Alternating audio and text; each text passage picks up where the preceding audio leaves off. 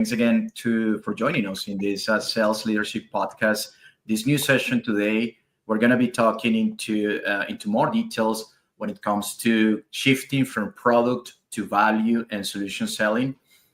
My name is Simon Rodriguez, and I'm based in Calgary, Western Canada. I have been working in technical sales and in the industry for roughly 20 years, doing a lot of technology sales and complex sales. And the purpose of these sessions is to share with you some of our experiences, some of our best practices through our career, and hopefully that they'll add value to your journey. With me is Wajid Ali, my partner and co-host here with the podcast. And I'll introduce you to Wajid, and then we'll dive into this second session of this topic. We're wrapping up this idea or this concept of shifting from product into value and into solving customer challenges. So with that, I'll bring Wajid to the stage, and we'll go from there. Over to you, Wajid. Thank you, Simon. So as Simon said, my name is Wajid Ali, based in Toronto, Canada. And I've been in the sales and leadership role for about 2 decades now. The purpose of having these podcasts is to share what we have learned, our experiences, our knowledge, to add value to your life. Having said that, on today's episode, we will be covering the topic that we started last week, and it is related to focusing on the value as opposed to the product. And I guess this is one of the common mistakes that most of the salespeople that I've worked with or I've seen throughout my career has been doing. And if you understand this concept of shifting the focus from product to value, you would be able to differentiate yourself from 70-80% of the salespeople out there. So just stay with us for next 10 to 12 minutes. We will keep it short and sweet, and we will just jump right into it. So Simon, let's start and take a deep dive. Last week when we were talking about it, we kind of identified the core issue Correct. of what is the difference between when it comes to focusing on products and call it product selling, as opposed to focusing on the outcome or the output or the value of your product or solution. And we identified that, what is it that when you look at it from the customer perspective, they feel like there's a disconnect between what this person is trying to sell to me, although it might be very relevant. It might be solving their problem. It might be even giving them much more higher benefits than what they're doing today. But since you're not able to articulate, you're not able to connect the dots for them, they don't see. And at that point, you as a salesperson, you may start losing the opportunities because you were not there to connect the dots for them. So how could we solve this problem? Where would you start? What is the starting point?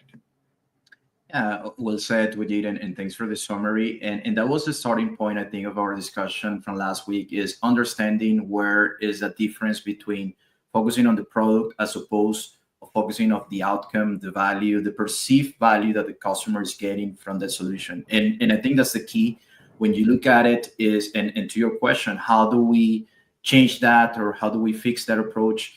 And in my view, it starts with a deep understanding on listening to the customer to understand what is it that they're trying to solve, what are the challenges that they currently have, and then you focus on aligning your product, your solution with those challenges or with that problem that the customer is trying to solve. So the first step will be, in my view, defining, understanding from the customer what are the things that they're focusing on, and then you shift also into how are you going to measure if the solution that you have, if the product that you have is going to be successful. And we can do that in different ways. One thing that I have found to be successful is what we call proof of concept of proof of value. So let's start with the proof of value, for instance. So the proof of value is once you have an initial discussion with the customer, you understand what are the things that they're trying to solve, you understand what is it that they're trying to accomplish, then you propose how your solution is going to bring value to that organization. And it can be through a short-term implementation of the solution. It might be, if we're talking about a technical product or solution, it might be testing in your lab, and that they can get that perception on how they're going to help, the solution is going to help them solve that problem. So that's an idea that I wanted to throw out there. Is there are many ways into that we can align the product, the solution with value and with the perceived value from the customer. And I want to get your take to Wajid in terms of your experience handling both. We have the proof of concept, which is more like a long-term hands-on installed solution that the customer can try for a period of time. They can get firsthand that outcome, even if it is temporary from the solution, and then they can move into a permanent solution. But yeah, what's your take on that? Is that something that you have seen across industries, or how can we ensure that the metrics that we're using are aligned with the customer's expectations?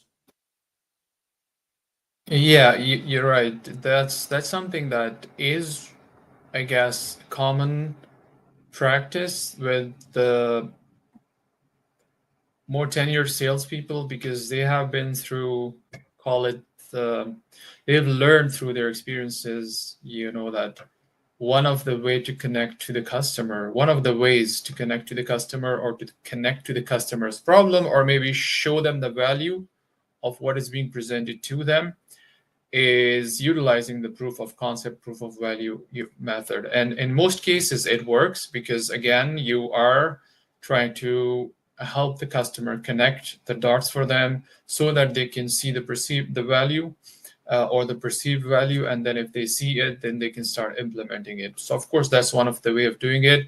But I will add something to this process, is before you go into that step, as you said earlier, is highlighting the challenges with the customer. So once you highlight the challenges that they're facing, one of the things that I would recommend is do your research, because customers today are, call it, much more intelligent than they were. And when I say intelligent, the information, the data, the solutions are much more readily available to them on, call it, their fingertips, because everything is kind of online. Data is much more available. There are hundreds of people offering kind of similar solutions that you are offering. So customers know about a lot of things, but one thing that is missing for them is they cannot connect the dots, right? So when you're in their office, you're presenting to them, you've highlighted the problem for them, but it's your job to connect the dots for them too. So don't leave it to the customers, because if you start leaving to the customers, they're not going to do your job for you. You know what I mean?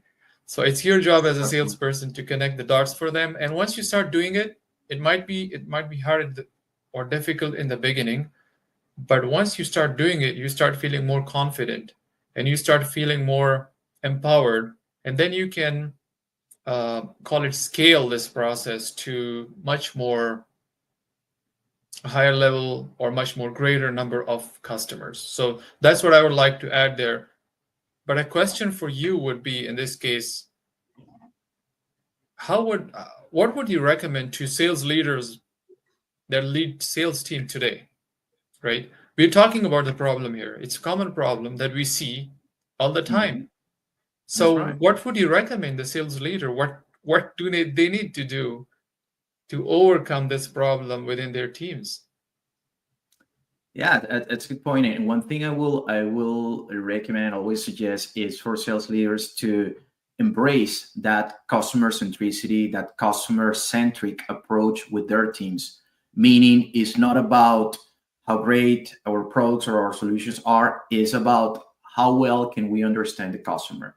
And it goes back to customer centricity. As a leader, if you focus on giving access to your team, to the proper tools, to the proper discovering methods, mechanisms to be closer to the customer and understand what are those things, to your previous point, that the customer is trying to solve, how we can help them, as opposed to just focusing on the products and features. So I think that's the main thing that will be the main recommendation, is to for sales leaders to embrace that customer centricity and then cascade that approach, that mindset with their team is and we talked about this at length in different sessions, is let's listen more to the customer as opposed to speaking more and sharing more from us. Let's listen to the customer and listen to understand, because let's listen to understand where they are today, what is it that they have tried before, what will happen if they don't do anything, right? What's the cost of doing nothing, what is the risk, Right. and all those different elements. So I would say that it goes, and I think you're right, it comes, it needs to come also from sales leadership, saying, okay, this is the way we are approaching our interactions with customer, that customer centricity. And then you go into, once you understand the prospect desired outcomes, then you explain how your solution will suit those needs, how we're going to solve those challenges. And then you go into, okay, this is because of the pro features, etc., but always keeping the outcome based solution in mind. I think, to me, that's the key element there. But Yeah. yeah, how do you see that in terms of let's say companies and sales leaders embracing that approach? I feel like there's a big challenge, and it's being realistically speaking, it is there, and the challenge is the sales leaders of today, they're more focused on the numbers, the the Short bottom term. line. Short term, it's important, but it's not going to give you scalability. It's not going to help you grow your sales team. It's not going to help you add the value selling or to your point, customer centricity approach into your teams. They will, if you're their mentor, if you're the leader, you're kind of their mentor, right? You're teaching them, you're coaching them. It's your job. But if you're not able to coach them, if you're not able to teach them, if you're not able to help them articulate their message, navigate through the process, um, if you're not able to add value to your sales team, then in the short term you may see some good results, but you'll not be able to scale those numbers to a higher level. So you may be stuck in kind of a plateau, because that's what you care about, right? You're not there to care about your people, call it people development, adding value to their life. So what I would say here is, for sales leaders, that we need to perhaps take a step back and maybe look at the bigger picture of how we can add value to our teams, and how we can help them articulate their messages, how we can help them be more confident and more customer centric when they are in front of the customers, as opposed to being focused on the product or the solution they're selling. So that's my take at it. I know we are kind of heading into the last couple of minutes here, Simon. Maybe you could share your take on this one, and then perhaps you can wrap it up for us today.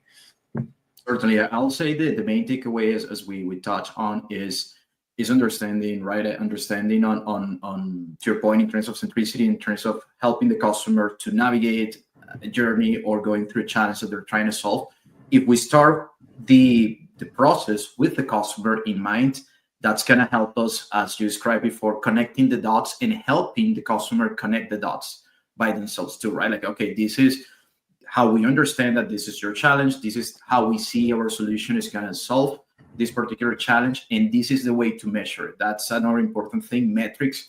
How are we ensuring that we are actually solving the problem? So that's my main takeaway, is keeping that focus on the customer journey. And then the product benefits and features will come later on. But we need to start from the customer, not the other way around, from the customer to the product. Let's put it this way: value to product and not product to value, right? So I think that's my main takeaway. And yeah, I think that's something that we need to continue developing as a sales teams, and sales leadership should focus on this particular topic. Any final thoughts or parting thoughts on your end, Wajid, before we wrap it up? No, very well said, Simon. I think we can wrap it up here. You kind of summarize it for us really well. So, having said that, next week we will be bringing another new topic that perhaps could be another challenge being addressed for the sales team and for the sales leadership here. If you have any comments or any feedback for us until then, please leave it here in the comment section below. Until then, take care and have a nice weekend. Thanks, everyone.